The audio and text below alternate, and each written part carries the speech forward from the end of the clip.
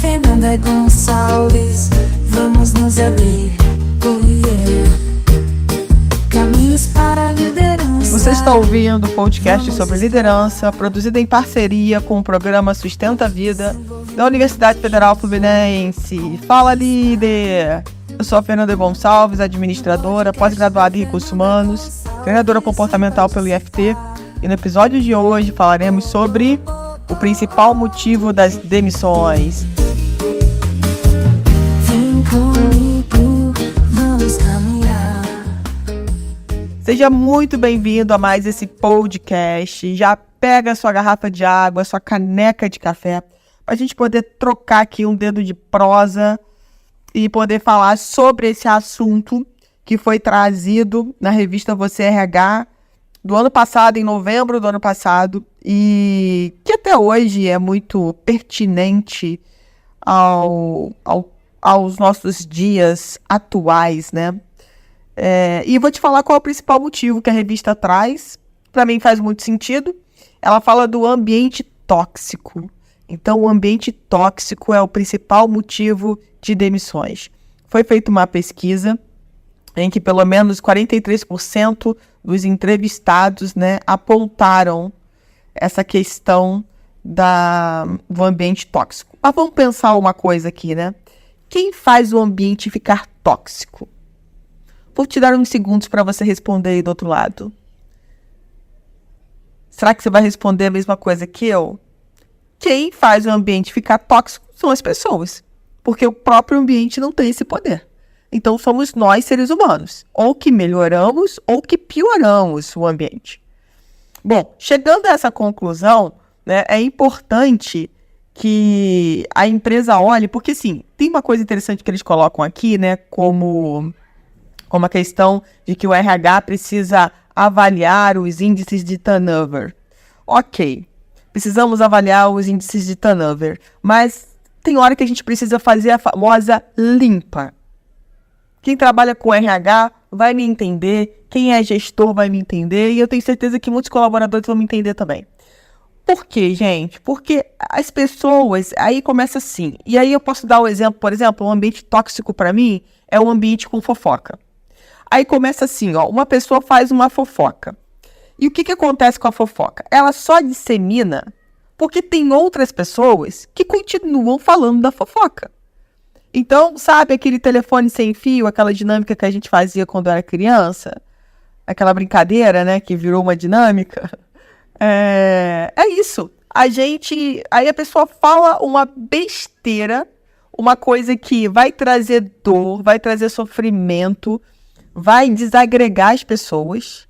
Aí a outra que escutou, ao invés de fechar a sua boca, ela vai e fala aquilo também, ainda aumenta um ponto, e aí a coisa vai tomando uma proporção, né, que acaba desestimulando as pessoas, cansando as pessoas. E eu vou te falar, cansa o RH também, tá? Porque eu acho que tem poucas matérias falando sobre as dores do RH. Então, o que eu acho importante a gente olhar para essa questão do ambiente tóxico é quem são as pessoas que estão tornando esse ambiente tóxico e fazer a limpa. Claro, tem que conversar? Tem. Só que você conversa, e eu diria que, por exemplo, a fofoca, a pessoa que faz a fofoca, ela tá tão inconsciente, ela acha isso tão normal, tão, sabe? Ela não consegue viver sem isso. É como se isso fosse o respirar dela. E aí, muitas vezes você conversa... Eu tô falando isso, gente, de coisas que eu já vivi na prática em empresas.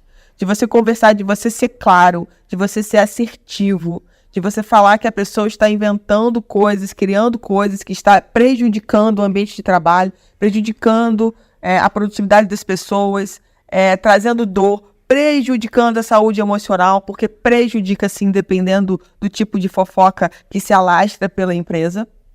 E parece que você está falando grego com essa pessoa. Essa pessoa não entendeu e ela acha que ela vai continuar fazendo a mesma coisa. E aí tem um ponto importante, né, que é a questão comportamental. A gente geralmente contrata pelas questões técnicas, porque aquela pessoa sabe fazer muito bem aquela função para a qual ela está sendo contratada. E aí, com o tempo, a gente vai vendo como que essa pessoa se comporta. né? Era um grupo, na função que ela está ocupando. E aí a gente descobre que ela é muito boa tecnicamente, só que a nível comportamental ela não serve. Porque já foi conversado, já foi dado feedback e essa pessoa não quer mudar. Ela entende que é assim, a empresa que tem que se adaptar a ela, a essa situação, né, comportamental dela. E aí, quando fala aqui na matéria, né, sobre os índices de turnover, o que eu quero falar é que tem hora que a gente tem que fazer essa limpa e acaba aumentando esse índice.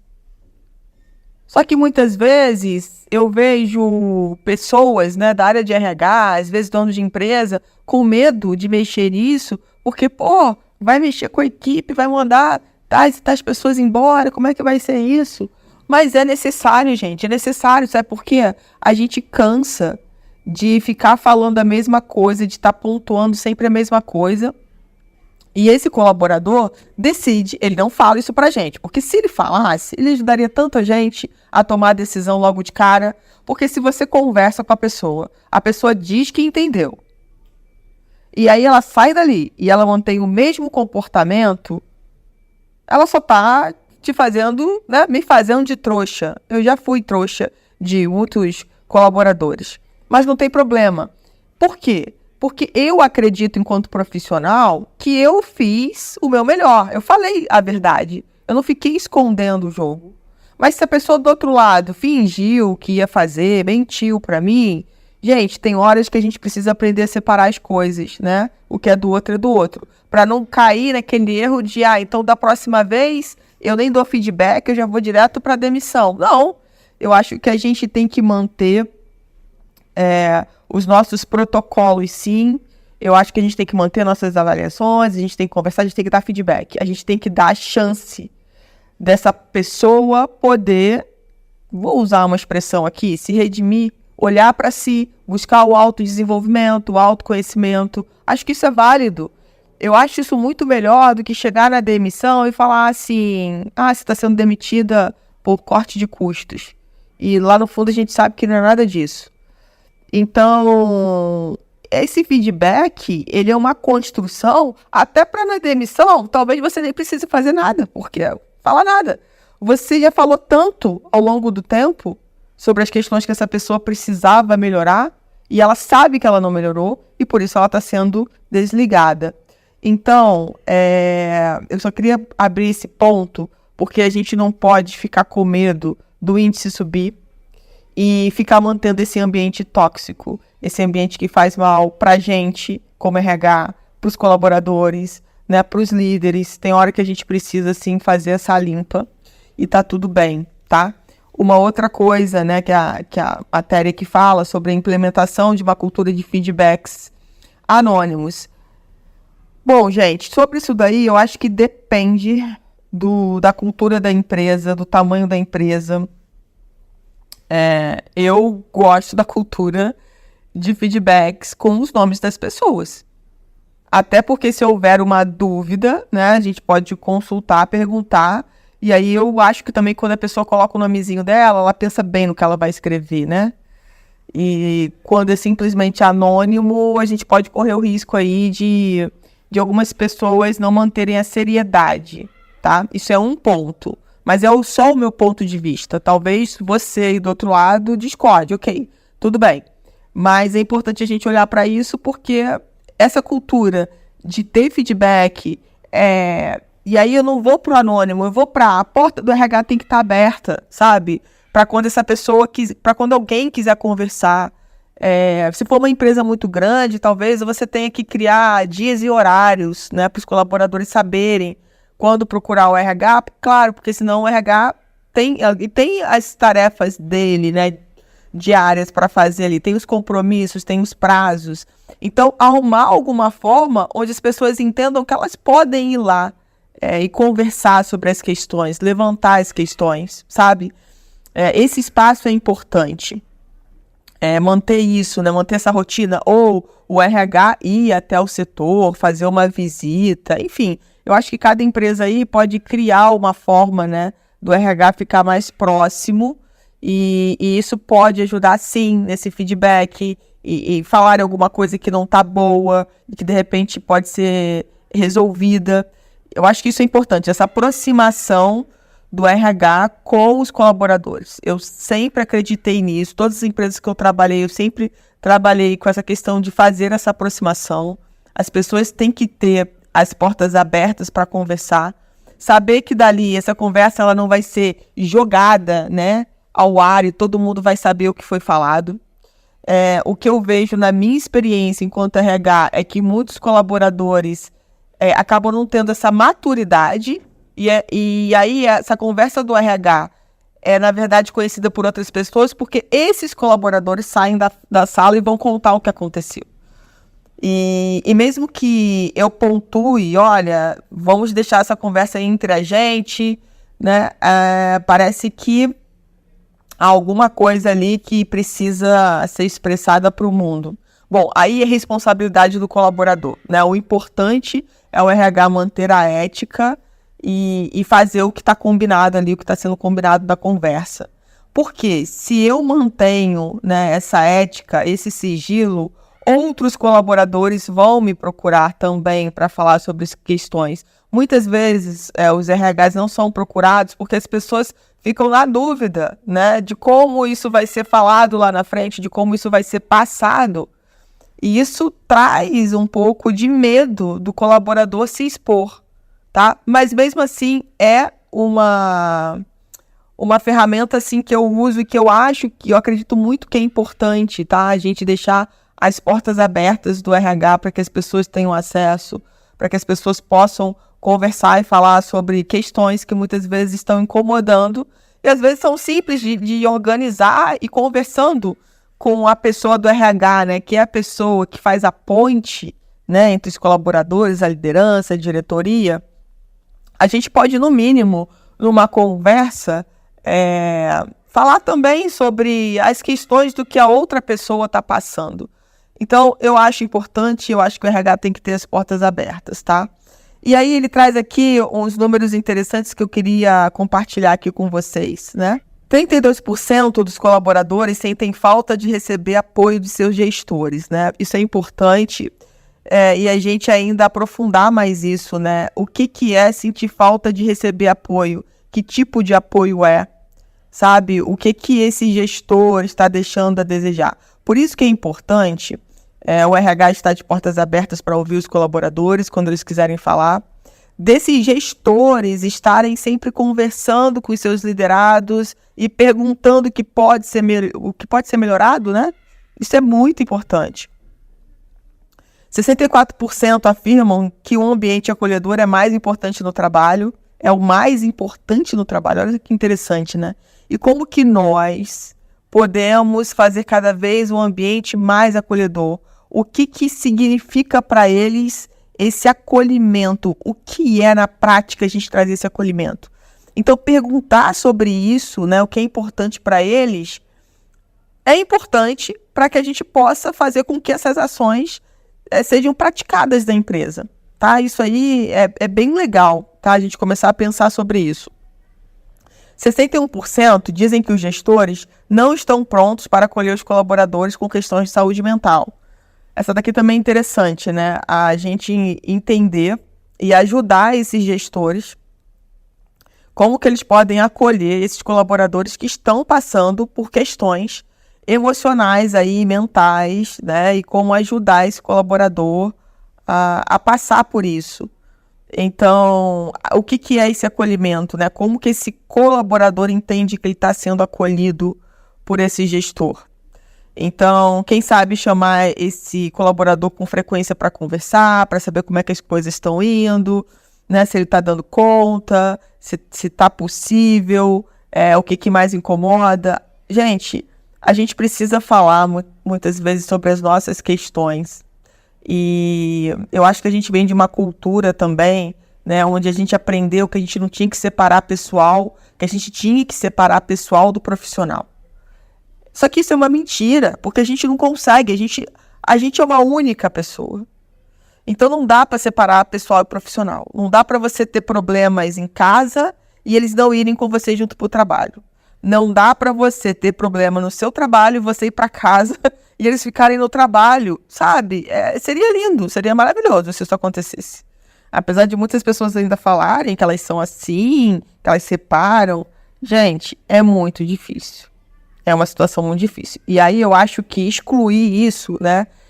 Que é tipo assim, tô com um problema no meu casamento, então eu chego no trabalho e esqueço de tudo. Das brigas que tivemos ontem à noite, dos xingamentos, um foi dormir na cama, outro foi dormir no sofá, e aí no outro dia eu acordo feliz da vida, pronto, que agora eu vou pro trabalho, ninguém pode saber que eu tô com um problema na minha relação.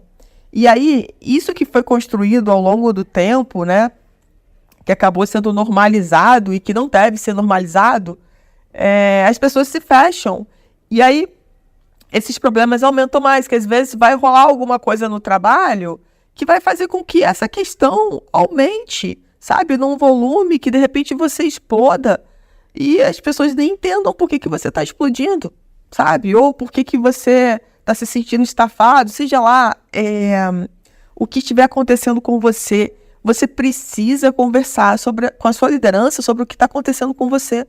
Mesmo que você não queira abrir tudo, né? Mas precisa saber para essa liderança te ajudar a conduzir também dentro do trabalho essa situação, sabe? Isso é importante, gente. Não dá mais para... A gente não separa, a gente nunca separou, a gente criou essa ilusão que a gente consegue separar pessoal do profissional, isso não existe. 51% diz o seguinte, que eles relatam, 51% relata, tá? Que já está naquela demissão silenciosa.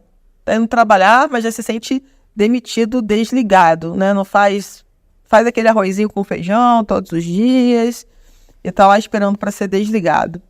Então, esses percentuais, né, são percentuais altos. A gente teve o primeiro com 32, o segundo com 64, depois 61, o terceiro, e esse último com 50. É muita gente. É um percentual muito alto, é o que eu queria dizer. É um percentual muito alto para as questões que foram apresentadas. Então, a gente precisa pensar, enquanto RH, enquanto líderes, como que a gente pode melhorar esse clima para que o ambiente fique cada vez melhor, sabe? O que cada um pode fazer na sua empresa, do tamanho que ela é, enfim, com o potencial que ela tem, de como que esse ambiente pode ser melhorado. A gente precisa olhar para isso.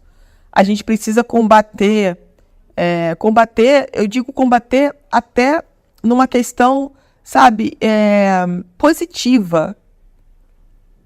Quando a gente começa a sentir que tem alguma coisa ali, tem alguma pessoa que está trazendo essa toxicidade para o ambiente, a gente precisa lá sentar, conversar o quanto antes para resolver essa questão, sabe? Porque tem casos que a gente consegue resolver. Apesar de eu ter dito lá no meio ou no início do podcast de casos não resolvidos que realmente foram para demissão, mas tem casos que a gente consegue reverter, que a pessoa consegue olhar, não, tá certo, não é bem assim, posso melhorar isso, posso melhorar aquilo, mas aconteceu essa situação com o fulano, por isso que eu fiz isso. Então, assim, dá pra gente melhorar sempre. Só que a gente precisa ter mais rapidez nos processos, sabe? Às vezes a gente fica esperando muito, e aí é aquela história, né, da cestinha de maçã podre, que uma vai contaminando a outra fruta e vai contaminando a outra. Aí a gente acaba perdendo bons profissionais porque a gente não agiu mais rápido, né? Porque a gente normalizou uma fofoca, a gente normalizou uma situação e outras questões aí que fazem o ambiente ficar tóxico, né? A falta de verdade que tem a ver com a fofoca. Claro, uma liderança que não dá apoio aos seus liderados, que é uma liderança competitiva, tem muita coisa que faz o ambiente ficar tóxico, e aí a gente precisa ficar atento para fazer essa limpa o mais rápido possível. Em busca do autoconhecimento e evoluir.